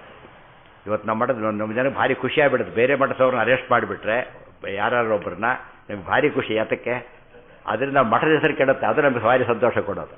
ಹಾಗಾಗಬಾರ್ದು, ಭಾರಿ ತಪ್ಪು. ಆಗೋದಾದ್ರೆ ನಮ್ಮ ಸೋಲಿದ್ದಾಗ ಅದು ಬಿಟ್ಟುಕೊಡಲೇ ತಕ್ಷಣ ಹೋಗಿ ಏನು ಮಾಡ್ಬೇಕು? ಅದನ್ನು ಹಿಂದೆ ಹಾಗಾಗಿತ್ತಂದು ಯಾವುದೋ ಸ್ವಾಮಿಗಳು ಭಾರಿ ಸಾಲ ಮಾಡಿದ್ರಂತೆ ಪಾಪ. ಹಿಂದೆ ಒಂದು ಆಲ್ಮೋಸ್ಟ್ 70-80 ವರ್ಷದ ಕೆಳಗೆ ಅರೆಸ್ಟ್ ವಾರೆಂಟ್ ಬಂತು ಅವರಿಗೆ. ಇನ್ನೊಬ್ಬ ಸ್ವಾಮಿಗಳಿಗೆ ಗೊತ್ತಾಯ್ತು. ಇಮ್ಮಿಡಿಯೇಟಾಗಿ ಹೋಗಿ ದುಡ್ಡೆಲ್ಲ ಕೊಟ್ಬಿಟ್ಟು ಅವ್ರನ್ನ ಬಿಡಿಸಿಬಿಟ್ಟು ಬನ್ನಿ ಬಿಡು ಆಯ್ತು ಬಿಡಿ. ಅವ್ರಿಗೆ ದೂರ ಸಂಬಂಧಪಟ್ಟ ಇಲ್ಲ, ಆದರೆ ನಮ್ಮ ಸಮಾಜ ಸಂಬಂಧಪಟ್ಟಿತ್ತು. ಆ ಥರ ಯೋಚನೆ ಮಾಡಿದರೆ ಸಮಾಜ ಬೆಳೆಯುತ್ತೆ. ಬೇರೆಯವ್ರಿಗೆ ಎಷ್ಟೋ ಸಮಾಜ ಆ ಥರ ಭಾವನೆ ಇದೆ. ಸಮಾಜ ಫಸ್ಟು, ನಿನ್ನ ಅಫೇನ್ಸ್ ಆಮೇಲೆ ನೋಡ್ಕೊಂಬೋಣ, ಫಸ್ಟ್ ಮರ್ಯಾದೆ ಕಳ್ಕೊಬಾರ್ದು. ಅದನ್ನು ಹೇಳ್ತಾರೆ, ಉತ್ತರೇಷಾಂ ಪ್ರಸಾದೇನ ನೀಚಾನಾಂ ನಾನ್ಯಥಾ ಕ್ವಚಿತ್. ಕಡಿಮೆಯವರಿಗೆ ಮೇಲವರ ಅನುಗ್ರಹ ಇಲ್ಲದೆ ಹೋದರೆ ಮೋಕ್ಷನೂ ಸಿಗೋದಿಲ್ಲ, ಜ್ಞಾನನೂ ಬರೋದಿಲ್ಲ, ಏನೇನೂ ಬರೋದಿಲ್ಲ. ಆದ್ದರಿಂದ ಯಾವಾಗಲೂ ಸೋತ್ತಮಾಃ ಗುರವಃ ಪ್ರೋಕ್ತಾಃ ಪೃಥ್ವೀಮಂಡಲ ಮಧ್ಯಸ್ಥಾಃ ಪೂರ್ಣಬೋಧ ಮತಾನುಗಾಃ ವೈಷ್ಣವ ವಿಷ್ಣು ಹೃದಯಾಃ ತಾನ್ನಮಸ್ತೆ ಗುರುನ್ನಮ. ಆ ಒಂದು ಯೂನಿಟಿ ಬರಬೇಕು. ಸನ್ನಿವೇಶಾಂಚ ಹರಿರ್ನಿತ್ಯ. ತಮ್ಮಲ್ಲಿ ಭಿನ್ನಾಭಿಪ್ರಾಯ ಇರೋ ತಪ್ಪಲ್ಲ, ಅಲ್ಲಿ ಯಾವುದೋ ಕಾರಣ ಡಿಫರೆನ್ಸ್ ಆಫ್ ಒಪಿನಿಯನ್ ಇರ್ಬೋದು. ಅದು ಎಂಥವಿರುತ್ತವೆಲ್ಲ ಕೂಡ ಸೆಕೆಂಡರಿ. ಮನೆಯಲ್ಲೇ ಭಿನ್ನಾಭಿಪ್ರಾಯ ಇರೋದಿಲ್ವ? ಮನೆಯಲ್ಲಿ ಎಲ್ಲರ ಅಭಿಪ್ರಾಯ ಒಂದೇ ರೀತಿ ಇರಬೇಕಾಗಿಲ್ಲ. ಬಟ್ ಅದರಿಂದ ಏನಾಗಬಾರ್ದು? ಡಿವಿಷನ್ ಆಗಬಾರ್ದು. ಅದು ಫ್ರೀಡಮ್ ಆಫ್ ಸ್ಪೀಚ್ ಅಂತ ಹೇಳಿದರೆ ವಿಚಾರ ಸರಿಯಾಗಿ ಹೇಳೋದು. ಕೆಲಸ ಸಣ್ಣವ್ರು ಹೇಳಿ ಸರಿ ಇರುತ್ತೆ ಕೆಲವು ಸಲ. ಕರೆಕ್ಟ್ ಒಪ್ಕೊಂಬೇಡ ಅಂತ ಹೇಳ್ಬಿಡುತ್ತೆ, ಅದು ಕರೆಕ್ಟ್. ಅದು ಬಿಟ್ಬಿಟ್ಟು ತಪ್ಪನ್ನೇ ಸಾಧಿಸೋದಾಗಲಿ ಇದಾದರೆ ಇವತ್ತು ಆ ಕಾನ್ಸೆಪ್ಟ್ ಬಂದೇ ಮನೆಗಳು ಹೊಡಿತಾ ಇರೋದು. ಇಬ್ಬರು ಕೂಡ ಇರ್ಲಿಕ್ಕೆ ಸಾಧ್ಯ ಇಲ್ಲ ಜೊತೆಗೆ. ಆ ಸ್ಥಿತಿ ಬಂದೋಗಿರಕ್ಕೆ ಕಾರಣ ಈಗೋ ಕೌಂಟ್ ಆಗಲಿಕ್ಕೆ ಶುರುವಾಗ. ಅದು ಬರಬಾರ್ದು. ಉತ್ತರೇಷಾಂ ಪ್ರಸಾದೇನ ನೀಚಾನಾಂ ನಾನ್ಯಥಾ ಭವೇತ್ ಸರ್ವೇಷಾಂಚ ಹರಿರ್ನಿತ್ಯಂ ನಿಯಂತ ತದ್ವಶಾಃ ಪರೇ ಉಪಾಸ್ಯ ವಾಯುಂ ಪ್ರಥಮಂ ವಾಯೋ ಸುಷ್ಟಪರೋಕ್ಷಿತೆ. ತೊಟ್ಟ ವಾಕ್ಯ ಬೇಕಾದಷ್ಟಿವೆ. ವಾಯುದೇವರ ಹಿರಿಮೆ ಎಷ್ಟು ಅಂತ ಕೇಳಿದರೆ ಮೊದಲು ವಾಯುದೇವರ ಉಪಾಸನೆ ಮಾಡಬೇಕು. ವಾಯುದೇವರು ನಮಗೆ ಕಣ್ಣಿಗೆ ಕಾಣಬೇಕಂತ ಫಸ್ಟ್ ತುಂಬ ಜನಕ್ಕೆ ಗೊತ್ತಿಲ್ಲ. ಆಚಾರ್ಯ ಬರೆದ ವಾಕ್ಯ ಇದು. ಮತ್ತು ವಾಯುದೇವರು ಅಪರೋಕ್ಷ ಆದಮೇಲೆ ಬ್ರಹ್ಮ ಅಪರೋಕ್ಷವಾಗುತ್ತೆ ಅಂತ ಹೇಳ್ತಾರೆ. ಅರ್ಥ ಆಯ್ತಾ? ವಾಯುದೇವರ ಅಪರೋಕ್ಷ ಫಸ್ಟ್ ಆಗಬೇಕು, ಆಮೇಲೆ ದೇವರ ಅಪರೋಕ್ಷ. ಅಪರೋಕ್ಷ ಜ್ಞಾನದಿಂದ ಮೋಕ್ಷ, ಬಟ್ ವಾಯುದೇವರ ಅಪರೋಕ್ಷ ಫಸ್ಟ್ ಆಗಬೇಕು ನಮಗೆ. ಅದಕ್ಕೇನೆ ಮೊದಲು ವಿಭೀಷಣ ಯಾರನ್ನು ನೋಡಿದ್ದು? ಹನುಮಂತನ. ಸುಗ್ರೀವ ಹನುಮಂತನನ್ನು, ಆಮೇಲೆ ರಾಮದೇವರು ಸಿಕ್ಕರು. ಸೊ ಇವರು ಕಣ್ಣಾಗ ಫಸ್ಟ್ ಕಾಣಬೇಕು. ಅಪಾಯಿಂಟ್ಮೆಂಟ್ ತೊಗೋಬೇಕಾದ್ರೆ ಕನ್ಸಲ್ಟ್ ಇವ್ರನ್ನ ಮೀಟ್ ಮಾಡ್ತಾರಲ್ಲ ಹಾಗೆ, ಅವ್ರನ್ನ ಮೀಟ್ ಮಾಡಿ ಅಪಾಯಿಂಟ್ ತೊಗೊಂಡು ಅಲ್ಲಿಗೆ ಹೋಗ್ಬೇಕು. ಡೈರೆಕ್ಟ್ ಅಪಾಯಿಂಟ್ಮೆಂಟ್ ಮಾಡಿ ಅವ್ರಿಗೆ ಕೇಳಾಗಿಲ್ಲ. ಅಪಾಯಿಂಟ್ಮೆಂಟ್ ಕೊಡೋದಕ್ಕೆ ಏನೇ ಸೆಕ್ರೆಟರಿ ಇರ್ತಾರೆ, ಅವ್ರ ಮೂಲಕ ಅಪಾಯಿಂಟ್ಮೆಂಟ್ ತೊಗೋಬೇಕು. ಸೊ ವಾಯುದೇವರು ಒಪ್ಪದೆ ಹೋದರೆ ದೇವರ ಹತ್ರ ಹೋಗೋ ಚಾನ್ಸೇ ಇಲ್ಲ. ಪ್ರತಿ ಪುರಾಣದಲ್ಲಿ ಬರೋದು ಹಾಗೇನೆ. ಎಲ್ಲ ದೇವತೆಗಳು ಭಾರಿ ಸಮಸ್ಯೆ ಬಂತು, ಬ್ರಹ್ಮದೇವರ ಹತ್ರ ಹೋದರು, ಅವ್ರ ಮುಂದೆ ಇಟ್ಕೊಂಡು ಮುಂದೆ ಹೋದರು.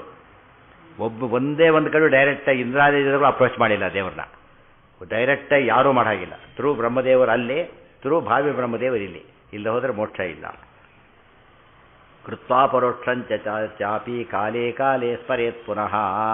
ಆಮೇಲೆ ಅವರು ಒಪ್ಪಿದ ಮೇಲೆ ಆಗ ದೇವರ ಸ್ಮರಣೆಗೆ ಅಧಿಕಾರ ಬರ್ತದೆ. ಅಭೀಷ್ಟ ಕಾರ್ಯ ಸಿದ್ಧಿ ಸ್ಯಾತ್ ತಸ್ಯ ನಾಶ್ಚತ್ರ ಸಂಶಯ. ಅವಾಗ ಮಾತ್ರ ಅಭೀಷ್ಟ ಕಾರ್ಯ ಸಿದ್ಧಿಯಾಗೋದು. ಅಕಾಮೋ ಇದಿ ವಾಯುಂಚ ಜಾತ ದೃಷ್ಟಂ ಹರಿಂ ತಥಾ. ಜಂಪ್ ಆಗಿಲ್ಲ, ಕೆಳಗಿಂದ ಓದ್ತಾ ಇದ್ದೇನೆ.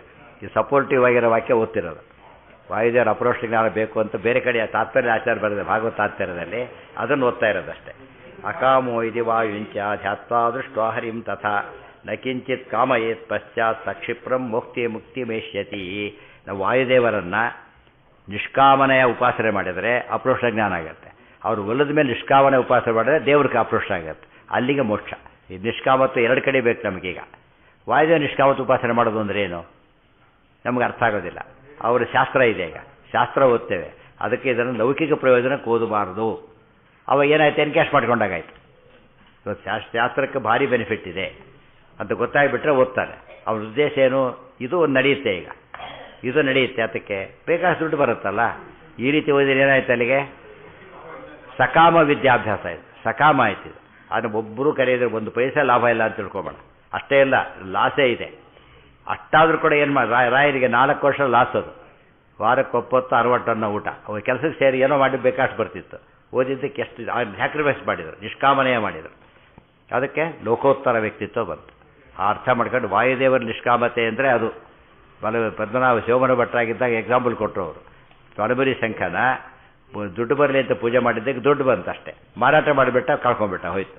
ಇನ್ನೊಬ್ರು ಬರೀ ಪೂಜೆ ಮಾಡಿದ, ಅವನಿಗೆ ದುಡ್ಡು ಬಂತು, ಬೆಳಸ್ಬರಿ ಶಂಖನೂ ಉಳೀತು, ಶಂಖನೂ ಉಳೀತು, ದುಡ್ಡು ಬಂತು. ಇವನಿಗೆ ಶಂಖ ಕೊಟ್ಟು ದುಡ್ಡು ತೊಗೊಂಡ.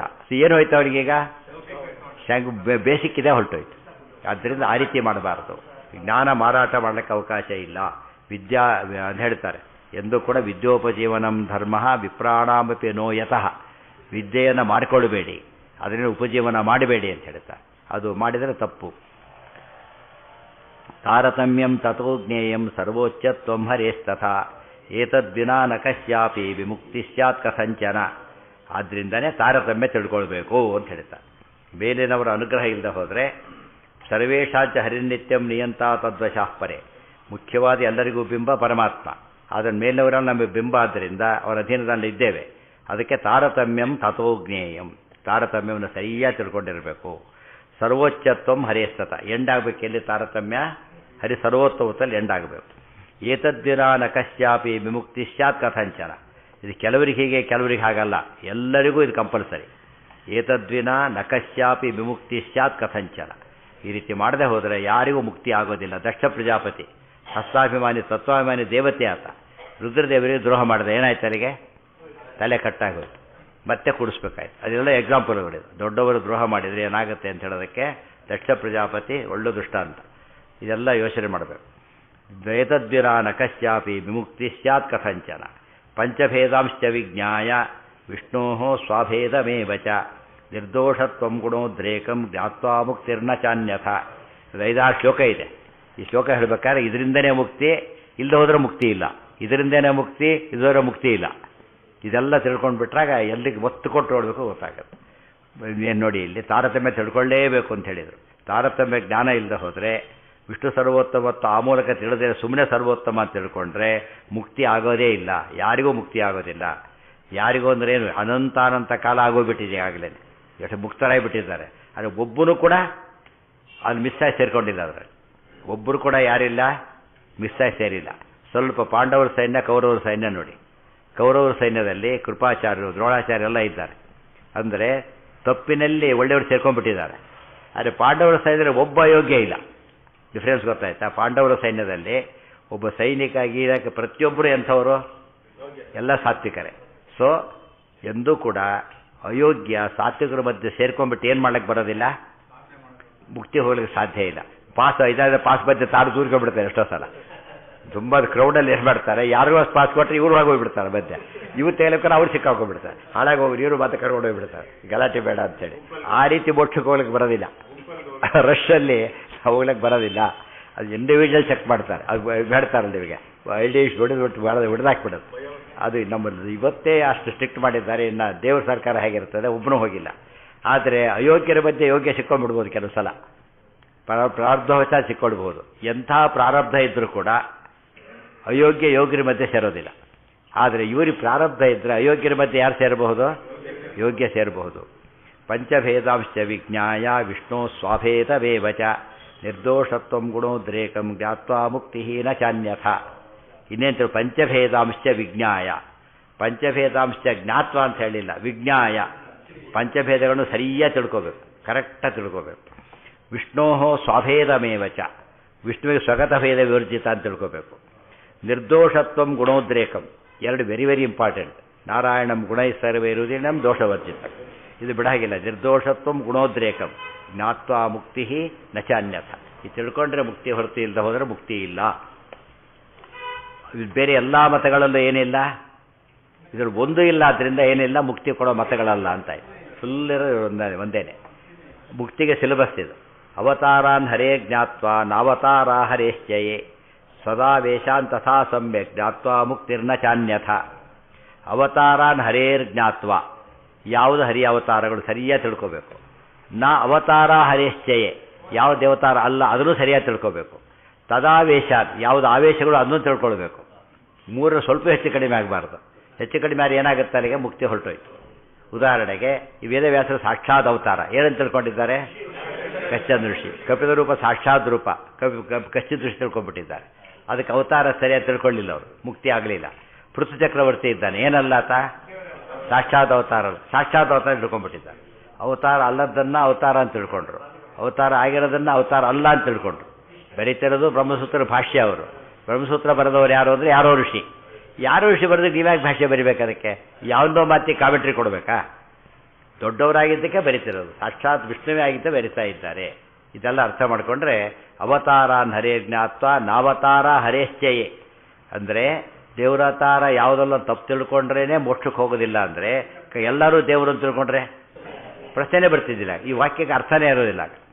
ಅವತಾರ ಅವತಾರ ಅಂತ ಪ್ರಶ್ನೆ ಬರೋದು ಯಾವಾಗ, ಅವತಾರಗಳು ಬೇರೆ ಅನವತಾರಗಳು ಬೇರೆ ಅಂತಿದ್ರೆ ಎಲ್ಲ ಒಂದೇ ಅಂತ ಹೇಳೋರಿಗೆ ಯಾವುದು ಕೌಂಟೇ ಆಗೋದಿಲ್ಲ. ಆದ್ದರಿಂದ ಮುಕ್ತಿಗೆ ಚಾನ್ಸೇ, ನಮಗೆಲ್ಲ ಯಾವ ಕಾರಣದಲ್ಲೂ ಮುಕ್ತಿ ಆಗಬೇಕು. ಎಲ್ಲರೂ ಕೂಡ ಅದ್ವೈತ ಒಪ್ಪೋದಿಲ್ಲ ಅಂತ ತಿಳ್ಕೊಬೇಡ, ನಮಗೆ ಮುಕ್ತಿ ಆಗಲೇಬೇಕು. ಯಾತಕ್ಕೆ? ಅವ್ರ ಪ್ರಕಾರ ನಮ್ಮನ್ನು ಭಯಾಗಿಲ್ಲ ಅವರು. ಯಾತಕ್ಕೆ? ಒಂದೇ, ಎಲ್ಲ ಒಂದೇ. ನಾವು ಒಪ್ಪದೇ ಇರ್ಬೋದು, ಬಟ್ ಅವ್ರು ಒಪ್ಪೋದಿಲ್ಲ ಅಂತ ಹೇಳಾಗಿಲ್ಲ. ಯಾತಕ್ಕೆ? ಎಲ್ಲ ಒಂದೇ. ಆದ್ದರಿಂದ ಅವ್ರ ಪ್ರಕಾರ ಸ್ವರ್ಗ ಇಲ್ಲ, ನರಕ ಇಲ್ಲ, ಏನೂ ಇಲ್ಲ ಅಂದಮೇಲೆ ನಮ್ಮ ದೂರ ಮಾಡೋಂಗಿಲ್ಲ. ಅಂದರೆ ಅದ್ವೈತಿಗಳು ದ್ವೈತ ಖಂಡನೆ ಮಾಡಬಾರ್ದು. ಯಾಕೆ? ಮೋಕ್ಷ ಎಲ್ಲರಿಗೂ ಗ್ಯಾರಂಟಿ ಅಂದಮೇಲೆ ದ್ವೈತ ಖಂಡನೆ ಮಾಡ್ತಾರೆ. ದ್ವೈತಗಳು ಅದ್ವೈತ ಖಂಡನೆ ಮಾಡ್ಬೋದು. ಯಾತಕ್ಕೆ? ನಿಯಮ ಇದೆ, ಅವರಿಗೆ ನಿಯಮ ಇಲ್ಲ. ಮಡಿ ಮೈಲಿಗೆ ಇಲ್ಲದೆ ಇದ್ದವರಲ್ಲಿ ಅವ್ರು ಯಾವುದು ಬಡಿ ಅವರಿಗೆ ಎಲ್ಲ ಬೈಲಿಗೆನೆ.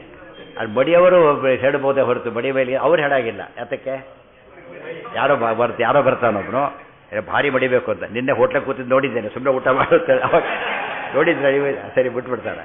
ಯಾಕೆ? ನಿನ್ನೆ ಹೇಳಿದ್ದೀರಿ. ಈಗ ಇವ್ರು ಹೇಳ್ಬೋದು, ಯಾಕೆಂದರೆ ನೋಡಿ ನಾನು ತೋರಿಸ ಮಾಡಿ ಎಂದಾರು ಮಾಡಿ ತೋರ್ಸಯ್ಯ ಹೌದಾಯ್ತು. ಅಂದರೆ ನಮಗೆ ಅದ್ವೈತ ಖಂಡನೆಗೆ ಅರ್ಥ ಇದೆ, ಅವ್ರು ದ್ವೈತ ಖಂಡನೆ ಮಾಡ್ಲಿಕ್ಕೆ ಅರ್ಥ ಇಲ್ಲ. ಕೊನೆಗೆ ಅವರೇ ಹೇಳ್ತಾರೆ ದ್ವೈತದಿಂದ ಮೋಕ್ಷದಿಂದ ಒಪ್ಕೊಂಡ್ಬಿಟ್ಟಿದ್ದಾರೆ. ಅಂದಮೇಲೆ ಅವರು ಖಂಡನೆ ಮಾಡಿ ಜಗಳ ಆಗ್ತಿರೋದು ಅವರಿಂದ ಇವತ್ತು ಆಗ್ತೀವಿ. ರೇಗಿಸ್ ಮಾಡ್ತಾ ಇದ್ದಾರೆ. ನಮ್ಮವರು ಕೂಡ ಎಲ್ಲ ದ್ವೈತಿಗಳು ಹಾಗಿಲ್ಲ. ಅವ್ರು ತುಂಬ ಜನ ಓಪನ್ ಮೈಂಡೆಡ್ ಇದ್ದಾರೆ ಪಾಪ. ನಮ್ಮವರೆಲ್ಲ ರೇಗಿಸ್ಬಿಟ್ಟಾಗ ಏನಾಗುತ್ತೆ ಅಂದರೆ ಸಿಟ್ಟು ಬರೋದು. ವೇದಾಂಶ ಪಂಚರಾತ್ರ ಕೇಳಿಸ್ತಾ ಇಲ್ಲ ಏನ? ಈಗ ಗೊತ್ತಾಗ್ತಾ ಇಲ್ಲ, ಗಟ್ಟಿಯಾಗಿ ಹೇಳಿ. ಅದೆಲ್ಲ ಹೇಳೋದಕ್ಕೆ ಹೋಗಬಾರ್ದು ಪಾಪ. ನಿಮ್ಮ ಆಚಾರ ಅಸುರ ಅಂತ ಸಿಟ್ಬಾರ್ದು, ಯಾರ್ಯಾರು ಹೇಳ್ತಾರೋ ಇಲ್ಲ. ಭಾರಿ ಅನ್ಯ ತೀರ ಹೋಪ್ಲೆಸ್ ಹೇಳಬಾರ್ದು. ನೋಡಪ್ಪ ಹೇಳ್ತಾರೆ ಸರಿಯಲ್ಲ ಅಷ್ಟೇ ಹೇಳಬೇಕು, ಅವ್ರು ಈಗೆಲ್ಲ ಹೇಳೋದಿಲ್ಲ. ಅದು ಅಸುರ ಅಂತ ಕರೆ ಹಕ್ಕು ಆಚಾರ್ಯರಿಗಿದೆ. ಯಾತಕ್ಕೆ ಗೊತ್ತೇನೋ? ಯಾತಕ್ಕಿದೆ? ಇವತ್ತು get out of the class ಅಂತ ಯಾರು ಹೇಳ್ಬೋದು? ಮೇಷ್ಟ್ರು ಪಕ್ಕದ ಸ್ಟೂಡೆಂಟ್ ನೀನು ಹೋಗು ಅಂತ ಹೇಳ್ತಾನೋ. ಅರ್ಥ ನಮಗೆ ಹಕ್ಕಿಲ್ಲ. ಇನ್ನು ಸರಿಯಾಗಿ ಅರ್ಥ ಮಾಡ್ಕೋಬೇಕು. ನಾವು ಏನು ಮಾಡ್ತಿದ್ದೀವಿ? ತಪ್ಪು ಮಾಡ್ತಾ ಇದ್ದೀವಿ. ಹಸುರ ಅಂತ ಅವ್ರು ಕರೆದ್ರು ಅಂತ ಹೇಳಿ ನಾವು ಕರೀಬಾರದು. ಯಾಕೆ? ಅವ್ರಿಗೆ ಹಕ್ಕಿದೆ, ನಮಗಿಲ್ಲ. ಇವತ್ತು ಫೇಲ್ ಅಂತ ಕಂಡವ್ರು ಹೇಳಕ್ಕೆ ಬರೋಲ್ಲ. ಸ್ಕೂಲಲ್ಲಿ ಹೇಳ್ತಾರೆ, ರಿಸಲ್ಟ್ ಹೇಳ್ತಾರೆ. ಓದೋರು ಹೇಳಿದ್ರೆ ನೀನು ಯಾರು ದೊಡ್ಡವನು ಹೇಳಿದ್ರೆ ನಿವಾರಿ ಅಂತ ಕೇಳ್ತಾರೆ. ಹೇಳಕ್ಕೆ ಹೋಗ್ಬಾರ್ದು. ಅದೇ ತಪ್ಪಾಗಿರೋದು. ಅದರಿಂದ ಜಗಳ ಶುರುವಾಯ್ತು ಅಷ್ಟೇ. ಕೊನೆಗೆ ವಿನಾಕಾರಣ ಜಗಳ ಶುರುವಾಗಿದೆ. ವಿಮರ್ಶೆ ಹೋಯ್ದು ಜಗಳಕ್ಕೆ ಹೋದರೆ ತತ್ವ ಹೊರಗೆ ಬರೋದಿಲ್ಲ.